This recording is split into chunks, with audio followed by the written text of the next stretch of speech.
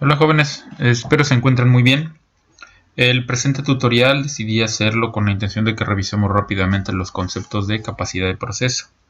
Para eso seleccioné el ejemplo 5.7 del libro, de la página 116, que trata acerca de la longitud de una capa que deben de tener llantas para automóvil. La longitud debe de ser de 550 milímetros con una tolerancia de más o menos 8 milímetros. Con eso, bueno, pues se calcula la especificación inferior, la superior y el valor nominal. Los datos fueron recolectados en subgrupos. Se hicieron 36 tomas o 36 subgrupos y cada subgrupo constó de 5 medidas o 5 veces se fueron a medir las llantas. Este dato es importante porque es el que tenemos que capturar en Minitab. Para este caso vamos a trabajar con valores de subgrupo mayores de 1, que sería 5. Bien, lo que hice fue copiar y pegar los datos del PDF directamente a Minitab. Aquí están. Estas son estas 5 columnas. O también se pueden copiar en orden de izquierda a derecha y de arriba hacia abajo para ponerlos en una sola columna. Bien, vamos a trabajar con este. Repito, es lo mismo trabajar con estos datos que con este. Solamente hay que tener cuidado al capturar los datos. Vámonos a análisis, análisis de capacidad, donde dice tipo de datos, son datos continuos porque son mediciones de longitud, y nos vamos a análisis de capacidad. El tipo de análisis que quiero es completo y vamos a seleccionar cómo están ordenados los datos en su hoja de trabajo. Bien, si los tienen en una sola columna, bueno, pues seleccionarían esta columna, o si los tienen en múltiples columnas con una fila para cada subgrupo, que en este caso sería esta situación. Recuerden que la primera fila es del subgrupo 1, la segunda del subgrupo 2, etc. Vamos a trabajarlo así. A ver qué nos da. Entonces tenemos de la columna 13 a la columna 17. Seleccionamos columna 13 a columna 17. Y ahí ya le di la orden o la instrucción de que estos son mis subgrupos. La especificación inferior es de 542 y la especificación superior de 558 con un valor nominal de 550. Vean cómo en este caso no nos aparece el tamaño del subgrupo porque Minitab directamente entiende que el subgrupo es de 5. Si yo escogiera lo contrario, en decir los datos se encuentran en una sola columna, sí tengo que especificar el tamaño del subgrupo. Para este caso seleccionaría la columna donde tengo capturados los datos, que es el ejemplo 5.7.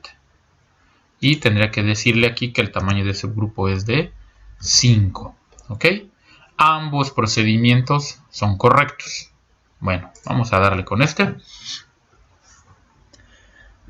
Ok, ya tenemos aquí las gráficas del análisis de capacidad. Vamos a revisar esta, que es considero la más importante porque nos arroja más datos. Bien, ¿qué tenemos que ver primero aquí en esta gráfica? Primero tenemos que ver el histograma de los datos, ver cómo se comportaron. Bueno, el comportamiento que vemos aquí es normal. Tenemos pocos datos en los extremos y acumulación de datos en el centro. Entonces la misma gráfica, esta curva, nos dice que está siendo normal. Tenemos marcados los límites de especificación, tanto el inferior como el superior, y tenemos nuestro objetivo, que es de 550 milímetros. Bien, de inicio aquí podemos ver que el histograma está desplazado hacia la derecha y vemos que tenemos ya algunos datos fuera de especificación. Con esto rápidamente podemos decidir que el proceso no cumple o no tiene la capacidad para cumplir con las especificaciones. Ahora vamos a ver de cuánto. El tamaño de datos o la cantidad de datos fueron 180, el tamaño del subgrupo fue de 5. Tenemos una media de todos los datos de 552.53, una desviación estándar general de 1.9983 y una desviación estándar dentro de 2.0090. Bueno, aquí vamos a empezar a revisar esto de la desviación estándar. En el libro, en la página 104, podemos ver la diferencia entre una y otra desviación.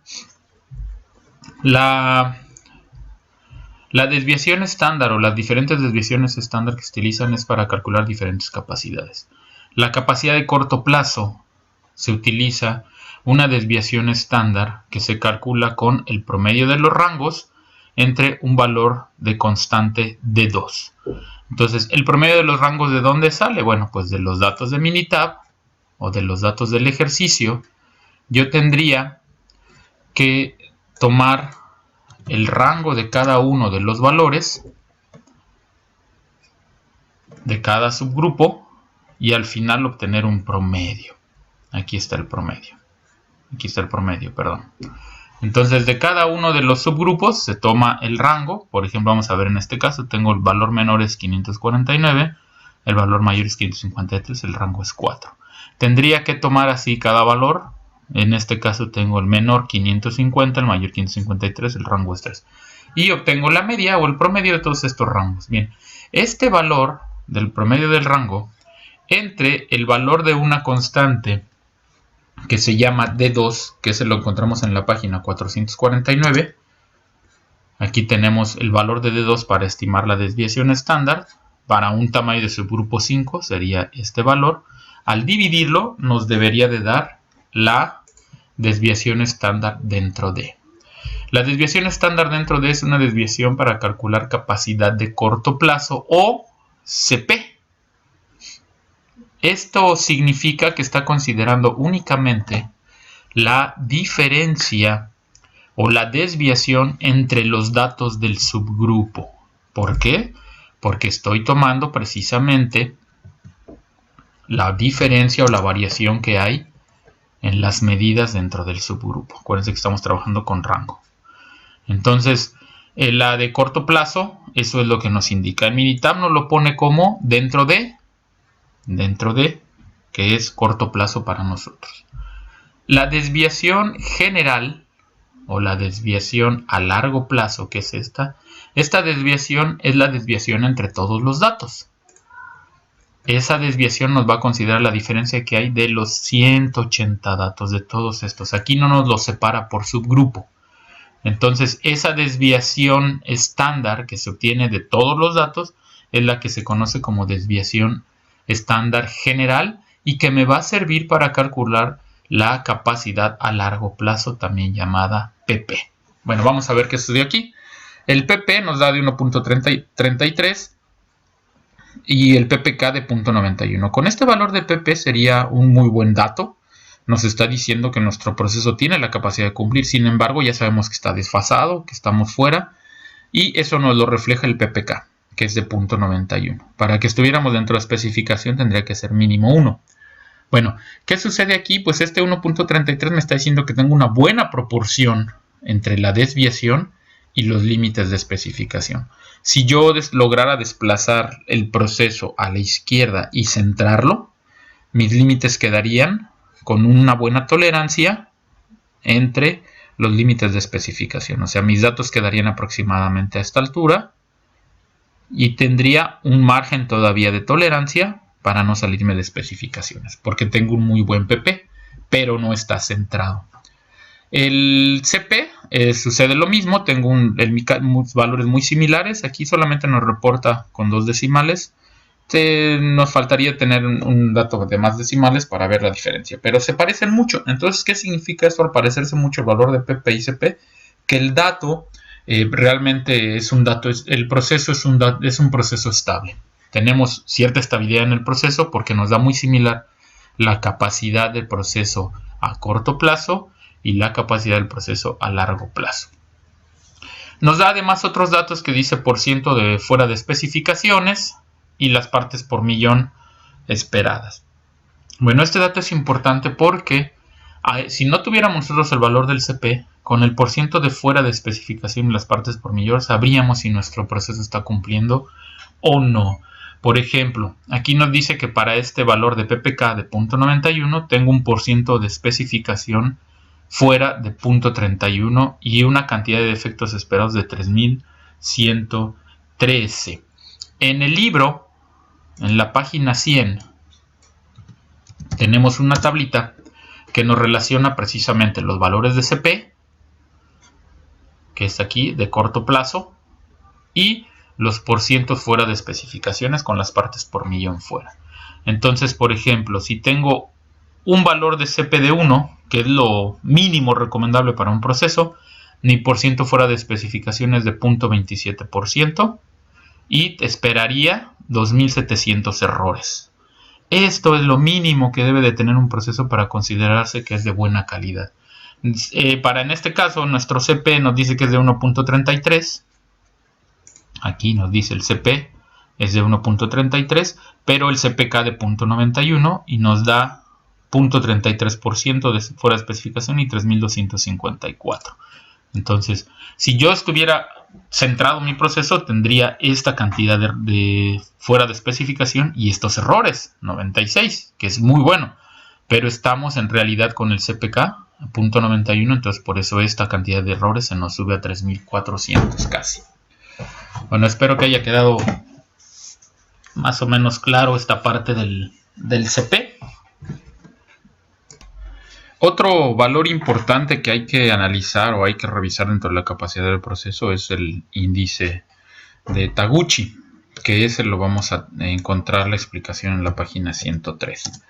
El índice de Taguchi es un valor muy similar al CP o al CPK, pero nos mide al mismo tiempo el centrado y la variabilidad del proceso. Se calcula con una forma muy similar al CP, de la diferencia de las especificaciones entre 6 tau, que el tau es el valor del índice de Taguchi. Bueno, como vemos aquí, para calcular el índice de Taguchi necesitamos la desviación de estándar elevado al cuadrado más la diferencia entre el valor nominal, que para nuestro caso es 550, y la media obtenida de los datos. Todo esto elevado al cuadrado y raíz cuadrada. En este caso, si nosotros quisiéramos calcular el índice de Taguchi, bueno, pues tomaríamos la desviación estándar con la cual se calcula el CP, el valor nominal, que es de 550, recuerden que es el valor que yo quiero, y la media del proceso, que es 552.53. Aplicamos la fórmula, obtenemos el índice de Taguchi y después aplicaríamos la fórmula para el CPM. Entonces, con este valor también nos da una muy buena referencia de cómo está el proceso en cuanto a centrado y en cuanto a variabilidad. Este no nos miente a diferencia del CP, porque el CP nos da 1.33 y bueno, pero vemos que está descentrado, ¿no? Pues creo que sería lo más importante de analizar en una gráfica de capacidad. ¿Qué tendríamos que hacer? Pues desarrollar alguna metodología o algunas ideas para poder centrar nuestro proceso. Nuestro proceso está desplazado hacia la derecha, pero tiene muy buena diferencia entre la variabilidad y los límites. Entonces, si nosotros lográramos centrar nuestro proceso, pues tendríamos una muy buena tolerancia y podríamos trabajar muy bien para este caso. Bueno, pues por el momento es todo. Vamos a continuar revisando en otros tutoriales las gráficas de control para variables y gráfica de control por atributos. Hasta luego.